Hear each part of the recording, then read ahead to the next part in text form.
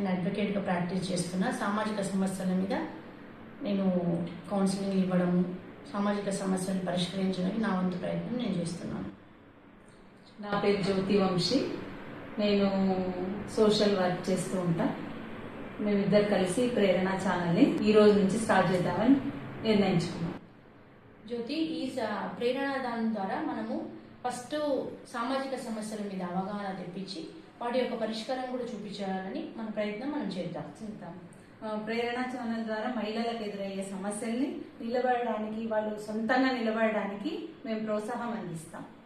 అంతేకాకుండా ఈ ఛానల్ ద్వారా మనం ప్రతి దాంట్లో ఇప్పుడు మహిళల సమస్యలు, పిల్లల సమస్యలు, వృద్ధులు ఎదుర్కొనే సమస్యలు, సమాజంలో ప్రతి ఒక్క సమస్య మీద సమస్యను ప్లస్ దానికి పరిష్కారం కూడా చూపించాలనేదే మా ప్రయత్నం. ఈ చిన్న పిల్లలు వారికి అవగాహన, పేరెంట్స్తో ఎలా ఉండాలి, వచ్చిన బంధువులతో ఎలా ఉండాలి అనేసి వాళ్ళకి ఈ మదర్ పేరెంట్స్కి వస్తున్న ఈ సమస్యల్ని కూడా మేము పరిష్కరించడానికి ముందుంటాం. ఈ సామాజిక సమస్యలలో మెయిన్ ఇప్పుడు బర్నింగ్ టాపిక్ అనేది లీవింగ్ రిలేషన్. లీవింగ్ రిలేషన్ అనేది చాలా వరస్ట్ టాపిక్ చెప్పాలంటే, కానీ ప్రతి ఒక్కరూ ఒక 30 మందన్నా దానికి వెళ్ళడానికి ఇష్టపడుతున్నారు. దానికి కారణం ఏంటంటే అసలు లీవింగ్ రిలేషన్లో ఒక రెస్పాన్సిబిలిటీ ఉండదు అనేది వాళ్ళ భావన.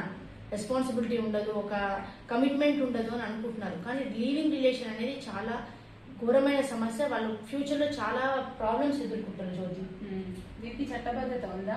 చట్టబద్ధత ఉంది. అంటే లేటెస్ట్గా 2026 మేలో సుప్రీంకోర్టు ఏమిచ్చిందంటే, లీవింగ్ రిలేషన్కి వాళ్ళిద్దరూ ఎన్ని రోజులు కలిసి ఉన్నా కూడా వాళ్ళకంటూ ఒక వైఫ్ అండ్ హస్బెండ్ రిలేషన్ అనేది రాదు. వాళ్ళకు ఒక ఏమంటారు రైట్స్ అనేది ఉండదు. చాలా క్లియర్గా ఇచ్చింది వాటి గురించి. వాళ్ళు ఓన్లీ ఉన్నంత వరకే ఎంజాయ్ చేయడమే తప్పితే వాళ్లకు ఒకరి మీద ఒకరికి రైట్స్ అనేవి ఉండవు. వాళ్ళకి ఎటువంటి రైట్స్ లేవు. సమాజంలో ఎటువంటి రైట్స్ లేని రిలేషన్ అంటే లీవింగ్ రిలేషన్. దీని గురించి మనం ఇంకా డీటెయిల్గా నెక్స్ట్ ఎపిసోడ్లో మనం మాట్లాడుకుందాము.